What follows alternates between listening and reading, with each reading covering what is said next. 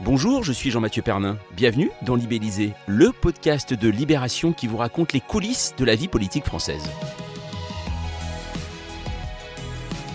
Comme un parfum de 4ème République en pleine 5e. Nous sommes quelques heures après le second tour des élections législatives et rien ne s'est vraiment passé comme prévu. Claque aller-retour pour la majorité, une NUPES qui performe mais pas autant qu'elle l'attendait, des Républicains à la peine et un Rassemblement national qui s'invite sans prévenir avec près de 90 députés. Une majorité très relative pour les soutiens du président et le Palais Bourbon qui se transforme d'un coup en agence de voyage pour l'inconnu. Ça mérite bien un débrief de la situation. Vous êtes prêts ? Eh bien c'est parti. Situation inédite sous la 5ème République, la photographie offerte par le deuxième tour des législatives apporte plus de questions que de réponses. Le deuxième quinquennat d'Emmanuel Macron est-il déjà mort-né ? Est-ce encore possible de faire voter des textes avec une assemblée aussi polarisée ? La France va-t-elle vivre 5 ans d'immobilisme ? Libellisé, épisode 22, après les législatives, comment gouverner sans dissoudre l'Assemblée nationale ? Et on va en parler justement avec des gens qui ont très peu dormi, puisqu'on enregistre ce podcast quelques heures après les résultats du second tour des législatives, à savoir Lilan Alemania, salut. Salut. Alors toi tu es chef du service politique de Libération et Jonathan Boucher-Petersen, salut. Bonjour. Rédacteur en chef adjoint du service politique. Alors je le disais, nous sommes donc à quelques heures après le vote du second tour. Est-ce que franchement on peut dire là que le pays est bloqué ? On le verra dans les prochains jours, dans les prochaines semaines. Tout dépend de la majorité qui va ressortir de cette assemblée. Alors on le sait maintenant, le chef de l'État et le gouvernement n'ont pas de majorité absolue, donc ils doivent aller chercher une majorité. Et aujourd'hui, la seule majorité possible est avec les Républicains, puisque le nombre de députés de la majorité sous la bannière Ensemble et celle des Républicains fait la majorité absolue, c'est-à-dire plus de 289 députés. Alors moi je pense que le pays n'est pas du tout bloqué, que le macronisme est bloqué, que le macronisme est dans un temps d'arrêt, mais on ne peut pas dire qu'il était absolument dynamique, vivant et plein d'allant depuis la réélection d'Emmanuel Macron. Donc là évidemment que ça vient créer une configuration institutionnelle particulière, mais on n'est pas non plus dans la cohabitation, et on se souvient que le pays n'était pas bloqué quand il était en cohabitation, il était simplement avec des pouvoirs qui étaient équilibrés. Donc là il y a un moment un peu de sidération pour le macronisme qui n'a jamais été habitué à être entravé ou à devoir discuter. Donc oui, là il y a 24, 48 heures, une semaine. Enfin, évidemment que le temps post-élection, il est plutôt dans un moment de blocage, le temps qu'il réatterrisse. Mais après, dans le pays ne se retrouve pas dans la situation de la Belgique, sans gouvernement, pendant des mois et des mois. Il y a une question de clarification maintenant. On a une élection, on a été habitué à avoir un bipartisme, c'est-à-dire une formation majoritaire, une formation minoritaire. Sur le précédent quinquennat, une formation archi-majoritaire. Voilà, là on va devoir composer comme dans d'autres démocraties parlementaires au sein d'une assemblée. Tu parlais tout à l'heure, Lilian, de compromis, peut-être éventuellement avec les Républicains. Est-ce qu'aujourd'hui, ces Républicains, il faudrait qu'ils soient tous derrière Emmanuel Macron ? Or, on voit que ça paraît impossible qu'un groupe entier soit derrière Emmanuel Macron, notamment quand il est en opposition. Alors juste parce que j'ai les chiffres sous les yeux, histoire de ne pas dire de bêtises, donc il y a 245 députés du groupe Ensemble, sachant que la majorité absolue à l'Assemblée est à 289. Donc même si on a peu dormi, je pense que ça fait 44 députés dont ils ont besoin. Et il y en a 74 dans le groupe LR-UDI. Donc de fait, ils n'ont pas besoin non plus d'un accord qui à chaque fois viendrait de façon systématique, voir les 74 députés LR voter pour eux. Ça, de toute façon, le parti ne le voudra pas. Christian Jacob ou un certain nombre de caciques du parti qui sont plutôt sur une ligne identitaire, une ligne de dire LR a une existence propre et ne peut pas se fondre dans le macronisme. Je ne pense pas qu'ils arriveront à trouver un accord. En revanche, qu'ils arrivent à trouver des majorités de circonstances sur des textes, et c'est en ça que ça peut être quelque chose d'un peu bénéfique. Donc évidemment que nous, à Libé, on préférerait que le macronisme soit obligé de composer avec la gauche, parce que ça rendrait peut-être un peu plus Macron dans sa promesse de centre-gauche, et que là, clairement, le fait que ce soit les députés de droite qui aient, entre guillemets, le sort de la majorité entre leurs mains, ça va plutôt dériver vers la droite, sur la réforme des retraites, sur plein de sujets qui vont arriver bientôt. Mais non, il y a simplement un apprentissage du pluralisme qui va peut-être se faire dans la souffrance chez LREM, mais en soi, il y a rien de dramatique. Il y a simplement quelque chose qui n'est pas arrivé et qu'on dénonçait, c'est-à-dire l'automaticité d'une majorité écrasante qui fait que le président n'a plus jamais à se soucier de ce que l'Assemblée va faire, puisque son groupe vote le doigt sur la couture. Ça, c'en est fini, c'est la fin du Jupiter vertical, dominant et un peu autiste. Peut-être que c'est une bonne nouvelle, même s'il y a une semaine de formation. Est-ce qu'il y a aussi finalement la chance dans cette histoire d'Emmanuel Macron, c'est que le Rassemblement national ne s'associera jamais à la NUPES. Donc finalement, il ne pourra pas y avoir d'émotion entre les deux groupes. Est-ce que c'est pas sa chance aussi?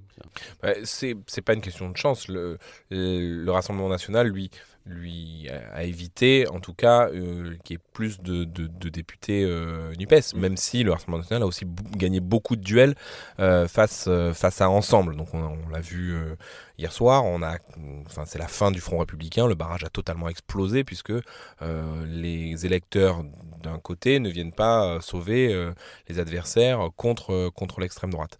Maintenant, il va falloir qu'il aille piocher, je reviens à ce que disait Jonathan, vers LR. La difficulté, c'est que la plupart des députés LR ont été élus contre des candidats d'Emmanuel Macron. Donc c'est un groupe qui s'est constitué avec dans l'opposition à Emmanuel Macron. Et c'est pour ça que le président du parti, Christian Jacob, hier, a martelé que LR était dans l'opposition certes constructive, mais dans l'opposition. Donc si accord au coup par coup il doit y avoir, il risque d'y avoir des enchères qui vont monter les prochains jours. Et pour avoir discuté avec quelques ministres avant le second tour, la petite musique était on n'ira pas faire des accords au coup par coup parce que sinon on va être trop dépendant d'eux. C'est on met un accord de gouvernement sur la table, sinon ça pourra pas tenir. Et ça, ils vont avoir du mal parce que ceux qui défendaient cette optique-là, il y en avait, LR, ils ont assez souvent été battus au premier tour, ou alors ce sont des gens qui ne sont pas députés, que ce soit un Jean-François Copé, franc-tireur de la droite, mais qui globalement n'a pas vraiment de troupe aujourd'hui, que ce soit un certain nombre de présidents d'exécutifs régionaux notamment qui sont sur cette ligne-là. Donc après, voilà, il faudra aussi voir qu'est-ce que pense le peuple de droite d'une certaine manière. Souvent, les partis, de plus en plus aujourd'hui, se retrouvent à être un petit peu à la remorque aussi de leurs sympathisants. Quand la gauche a fini par s'unir, ça faisait un moment que les sympathisants de gauche disaient unissez-vous, c'est ça l'avenir. Chacun avait des très bons arguments pour dire non, il faut pas, non, on va se diluer, non, on va se perdre. Donc voilà, entre la proclamation, j'allais dire, du patron administratif du parti qui cherche à défendre sa boutique, les tentations un peu, j'allais dire, de repli de députés qui se disent mon étiquette LR, j'y tiens, je la garde, ça est la réalité de la dynamique politique. Ça ne veut pas dire qu'il n'y aura pas dans ce groupe LR une trentaine ou une quarantaine qui diront vous êtes gentil, moi c'est pas l'étiquette LR qui m'a sauvé, c'est mon implantation, et qui sur un certain nombre de sujets iront apporter leur voix. Ce qui est sûr en revanche, c'est qu'Emmanuel Macron il aura du mal à naviguer comme ça pouvait être par le passé dans des majorités relatives, de dire une fois majorité de circonstances à droite, une fois majorité de circonstances à gauche, parce qu'on va sûrement y venir, mais un des effets, j'allais dire, de cette nouvelle photographie de l'Assemblée, c'est qu'une NUP qui aurait été encore plus dominante, sans le RN de l'autre côté, et avec l'idée que les insoumis pouvaient exister par eux-mêmes comme principal groupe d'opposition non contestable, ça c'est un peu battu en brèche, et l'obligation de la NUP, c'est de faire bloc ensemble, c'est de tenir ensemble,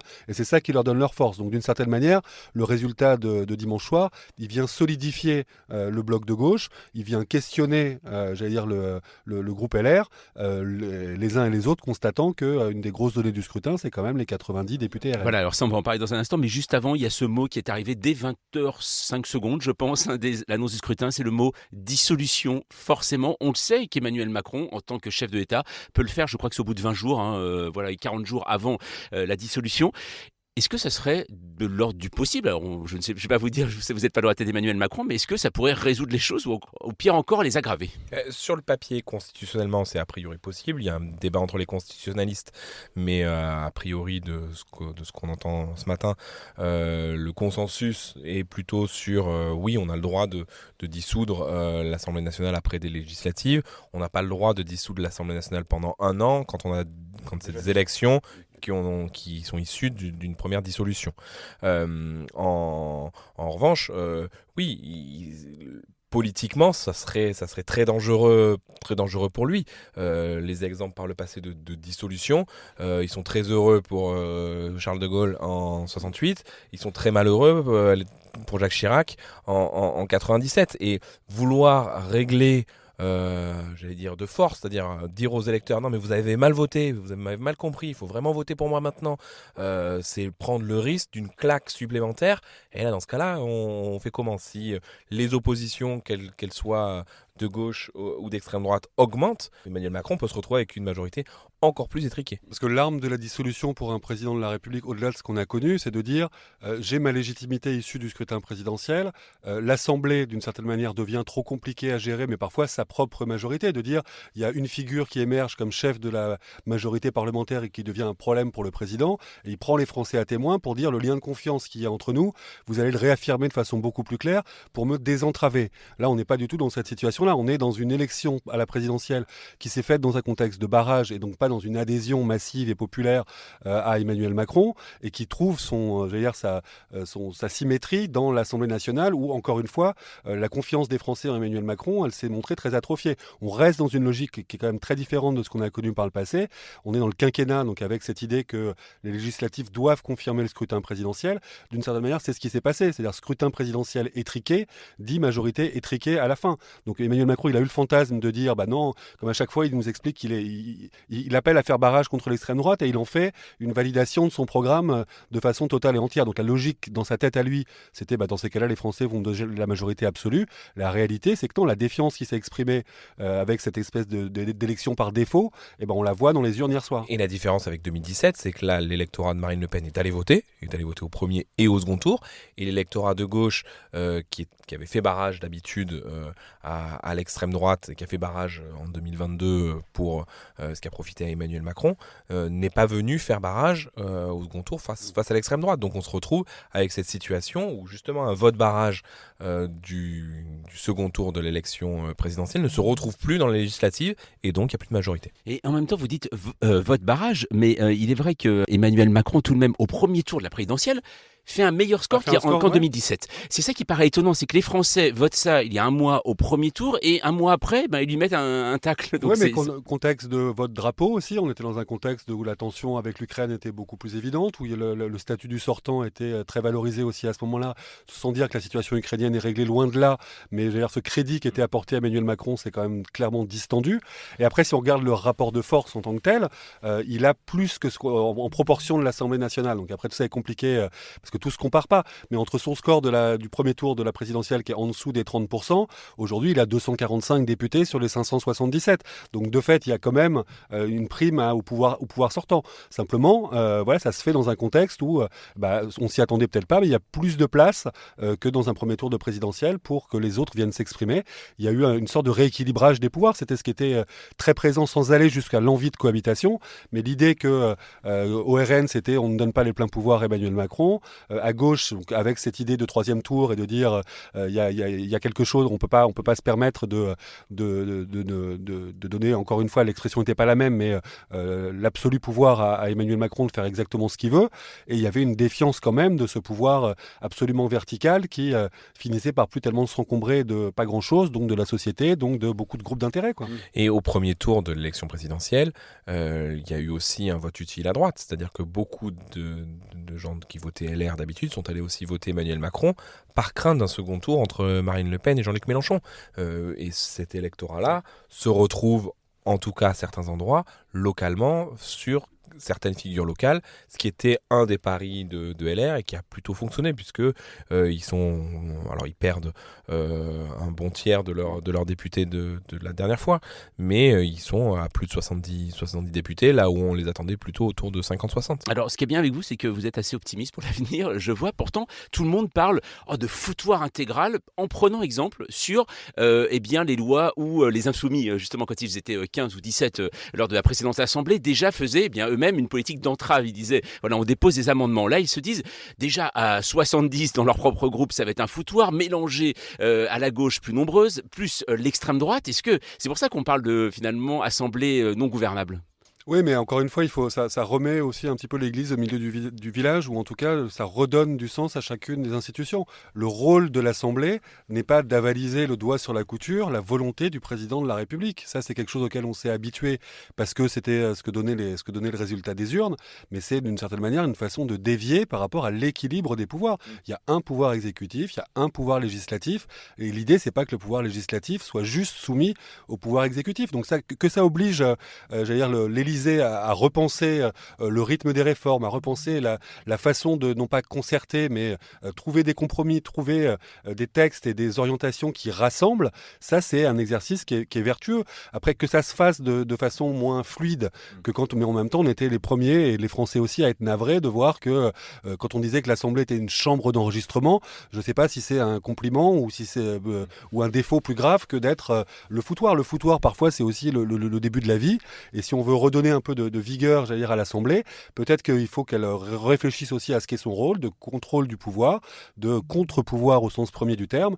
Voilà, j'allais dire, il y a un apprentissage à faire. Donc peut-être que ça va être un peu bordélique, mais encore une fois, c'est pas grave s'il y a du débat à l'Assemblée, c'est pas grave si le président de la République se trouve parfois ralenti dans sa course effrénée à la réforme par un organe qui n'est pas absolument illégitime, qui s'appelle le Parlement. On a une schizophrénie en France. On est à la fois de tradition royaliste et bonapartiste, où on a quelqu'un en haut de l'État qui décide pour tout le monde, et donc c'est direct, ça va vite, c'est pas le foutoir, et en même temps la tradition parlementariste issue de la Révolution française, où on a une assemblée qui débat, qui décide, et c'est ces rapports de force issus du peuple qui font cela. La Ve République est plutôt de tradition bonapartiste, c'est Charles de Gaulle qui l'a mise en place en opposition à la Quatrième République. Là, on entre avec cette assemblée, on verra ce que ça donne, mais dans un monde, dans une ère un peu plus moderne. On va voir si tous les dirigeants, notamment autour d'Emmanuel Macron, qui nous vantaient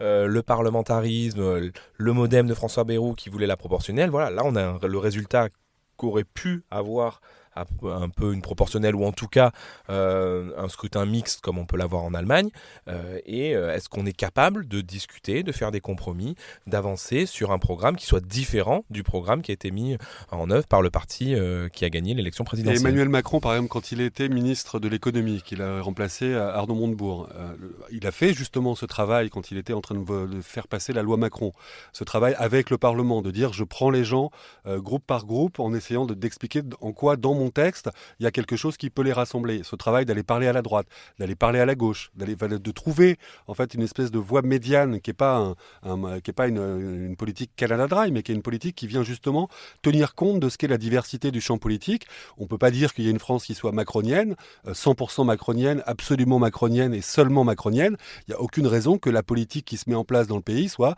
exclusivement macronienne, 100% macronienne, décidée entre Alexis Kohler et Emmanuel Macron. Une chose, alors forcément, ce qui a marqué tout le monde, c'est ces 89 députés du Rassemblement national. Juste au départ, une question, vous-même qui suivez l'actualité au quotidien, minute par minute. Pourquoi on l'a pas vu venir en fait ? On l'a vu venir, on a fait 4 pages dessus. On l'a pas vu venir aussi haut parce qu'on n'était plus sur 60 députés. Eux-mêmes ont été très surpris. Et ce qui s'est joué, c'est qu'il y a eu une vraie mobilisation du camp de l'extrême droite. Il y a eu un vrai vote sanction aussi contre Emmanuel Macron dans des coins où des gens qui n'étaient pas allés voter au premier tour, voire qui avaient voté peut-être pour une opposition de gauche, qui derrière sont allés voter Rassemblement National parce qu'ils voulaient sanctionner le pouvoir en place, et parce que le Front républicain a explosé, parce qu'aujourd'hui, à force et là Emmanuel Macron en porte une responsabilité, c'est-à-dire que quand dans l'entre-deux tours on explique que ceux qui votent pour la France Insoumise, ceux qui votent pour la NUPES, c'est la même chose que le Rassemblement National, à la fin les gens ils restent à la maison, les gens de gauche restent à la maison, ils ne vont pas voter pour des gens qui disent qu'ils sont les extrêmes. Donc on ne peut pas d'un côté dire on a les mêmes valeurs contre l'extrême droite dans l'entre-deux tours de la présidentielle pour que les électeurs de gauche viennent sauver Emmanuel Macron, et de l'autre, quand ça devient des adversaires, expliquer que c'est le mal et qu'ils sont la même chose que l'extrême droite. Les gens, ils sont pas bêtes, ils le voient, et à la fin, ils ne viennent plus faire barrage contre l'extrême droite, et donc ça donne ce qu'on a connu hier avec des triangulaires, une ou deux triangulaires où c'est l'extrême droite qui passe devant, des duels que ce soit face à la gauche ou que ce soit face à les candidats de la majorité qui passent à 200, 300, 400 voix près, et on a 80 députés RN. Parce que c'est pas tant une vague bleu marine d'électeurs qui tout d'un coup aurait déferlé, on dit toujours que ces élections elles se jouent dans une logique d'abstention ou de mobilisation différentielle. Et là, il y a clairement un des deux camps qui a été au rendez-vous pour défendre ses candidats avec plus de duels que d'habitude. J'allais dire, en temps normal, ou en tout cas jusque-là, il y avait suffisamment de mobilisation du camp républicain dans le camp d'en face pour faire barrage, et on serait arrivé sur des étiages beaucoup plus bas. Mais là, quand on a la conjonction d'un camp qui est mobilisé et, j'allais dire, son opposition habituelle qui qui reste à la maison parce qu'elle a été stigmatisée, parce qu'elle a été mise à l'index par les erreurs stratégiques d'Emmanuel Macron, ça se paye cash avec effectivement un certain nombre de circonscriptions où ça se joue à 50,5, 50,4, 50,5. Mis bout à bout, toutes les pièces côté RN sont tombées du côté de Marine Le Pen et elle en tire profit. Pour vous, le Rassemblement national est-il capable de faire un vrai travail d'opposition ? Effectivement, à 90, et ça on n'a pas encore eu le temps de complètement, c'est un travail qu'on est en train de faire aujourd'hui, qu'on fera demain, mais d'aller voir un peu le casting ou de cette faune qui n'était pas forcément attendue, mais de dire qu'il y aura une quinzaine ou une vingtaine de députés qui sont capables de s'intégrer dans le jeu parlementaire, qui travaillent suffisamment pour avoir des choses à dire, ça je pense qu'il n'y a pas de doute, c'est vraiment la différence entre le RN de Marine Le Pen et le FN de Jean-Marie Le Pen, c'est moins un usage tribunicien et un peu plus un usage de respectabilité, de normalisation, de professionnalisation. Ça, c'est plutôt la culture Bruno Maigret, en gros, si on se réfère à ce qu'a pu être l'extrême droite. Ça existe et ça existe depuis longtemps dans le marinisme.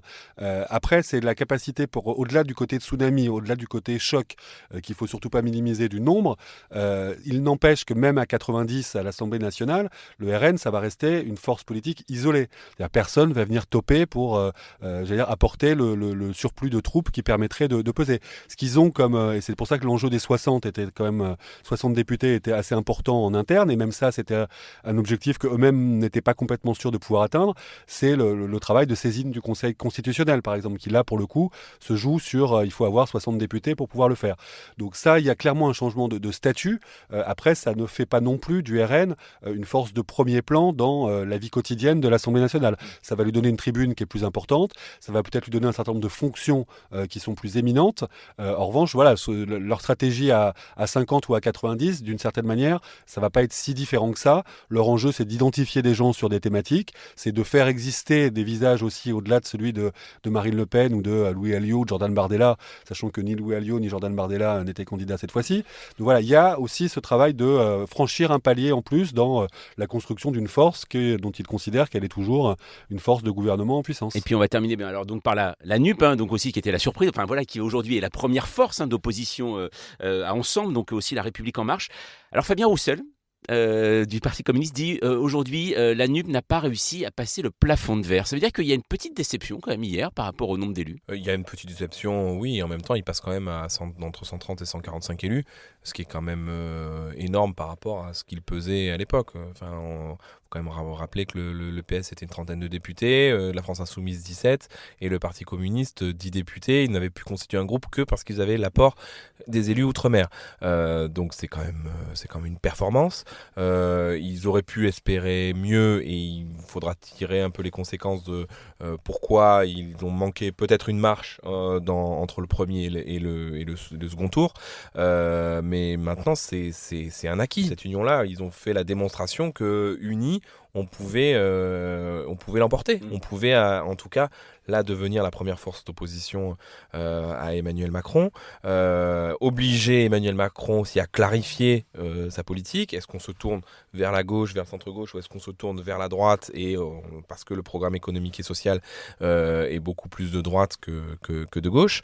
Donc créer une espèce de nouvelle alternance, c'est-à-dire qu'on aura un parti, une formation de centre-droit et une gauche d'opposition qui demain peut prétendre à être majoritaire dans le pays. Donc c'est un premier pas très important.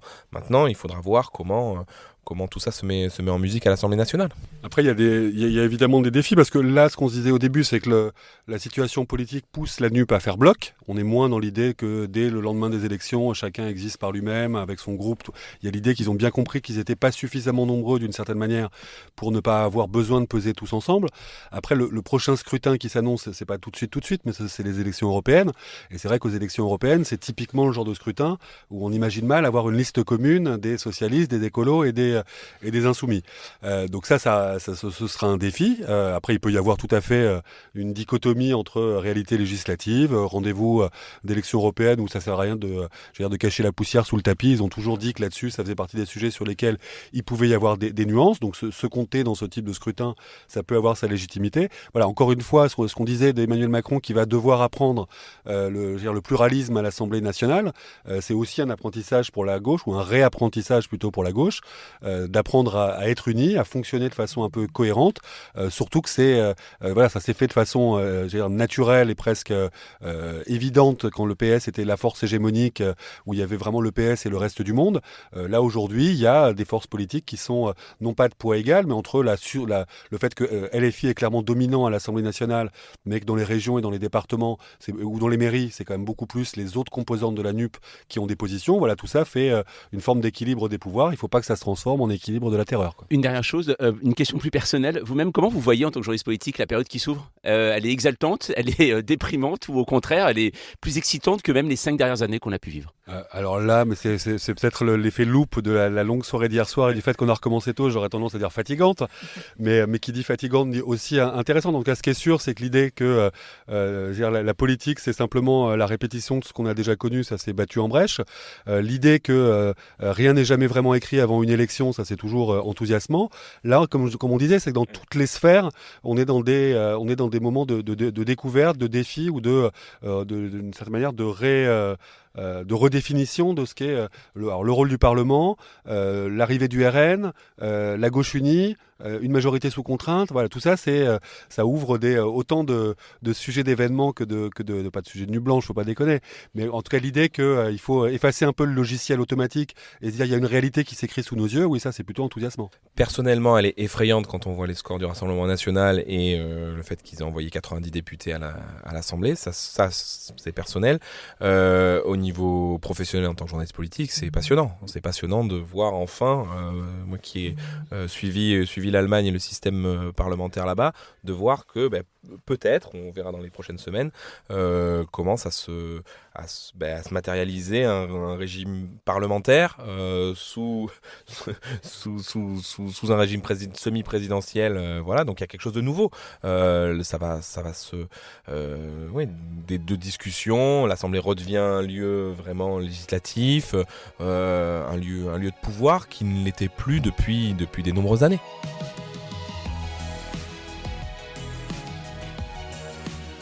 Merci Lilian, merci Jonathan. Libellisé, eh bien il est encore temps de s'abonner. Vous pouvez le faire sur Apple Podcast, Deezer ou Podcast Addict. Et n'hésitez pas à mettre 5 étoiles, on compte sur vous. Alors un mot tout de même pour vous dire que la semaine prochaine, eh bien ce sera le dernier épisode de Libellisé. Et oui, alors on tenait surtout à vous remercier de nous avoir écoutés. Et merci pour vos messages. C'était un vrai plaisir, en tout cas, ce rendez-vous hebdomadaire. Alors pour le dernier Libellisé, autant vous dire que ce sera un épisode assez grandiose, car nous allons revenir sur cette longue période électorale des présidentielles aux législatives avec ceux qui vous l'ont raconté et qui ont arpenté les coulisses jour après jour pour Libération. On évoquera même la présence de Douglas le chien, et si, souvenez-vous. Alors on a hâte de vous le faire écouter, et si vous aussi vous voulez y participer et nous donner votre sentiment sur ces 6 mois qui ont changé la face de la vie politique française, eh bien on vous attend sur libellisé@libération.fr. N'hésitez pas à nous laisser messages et notes vocales. Donc nous, on se retrouve en tout cas la semaine prochaine.